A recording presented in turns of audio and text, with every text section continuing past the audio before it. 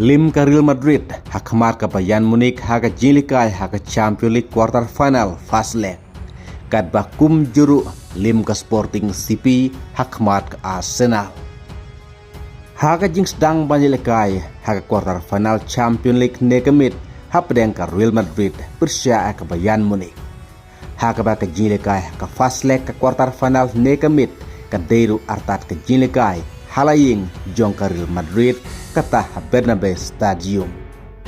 Henry ka Bayern Munich klub dan lim dapat ya ka Real Madrid da arla wikol.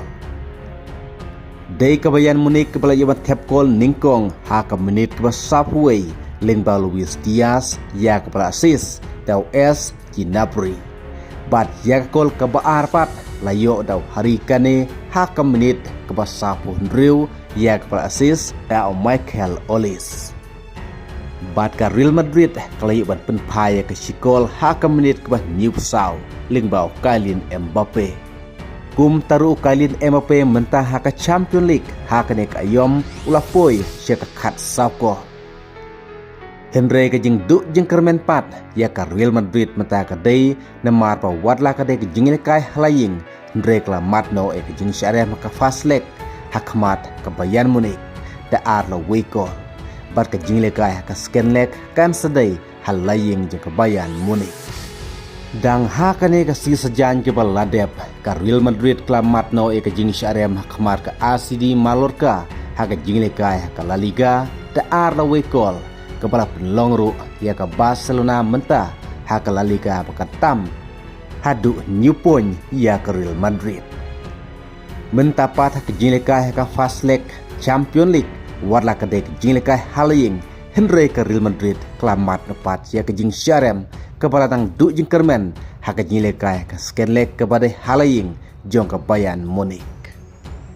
Haka ba ka jinglekai haka scan leg kande ka step jong ka kat Henry terik haka por kat ar siteng.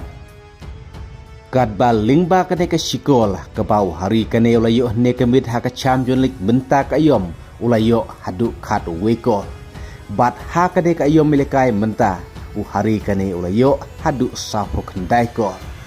Di karai ke bakut hapedeng ke Real Madrid bat ke Bayern Munich kande ke kat Henry terik menobarung ke semifinal bat menobar kudno ke lentiaj haka Champions League mentah ke ayom. Kat bak Arsenal klub ben limno eka Sporting CP datang sikol haka jilekai nekemit haka fast leg Champions League warla ke jilekai kadai halaying jong ka Sporting CP. Bar ka jilekai haka scan leg kan sadai haka step kat Henry terik haka por kat arsiteng kebadai karai ke bakut manoban lim mat manoban poich ke semifinal Champions League. Kat ba mentah kemit ka jilekai haka fast leg Champions League quarter final kandai hapdeng ka Barcelona persia ke Atletico Madrid ka PSG persia ke Liverpool. Kublai Shibun.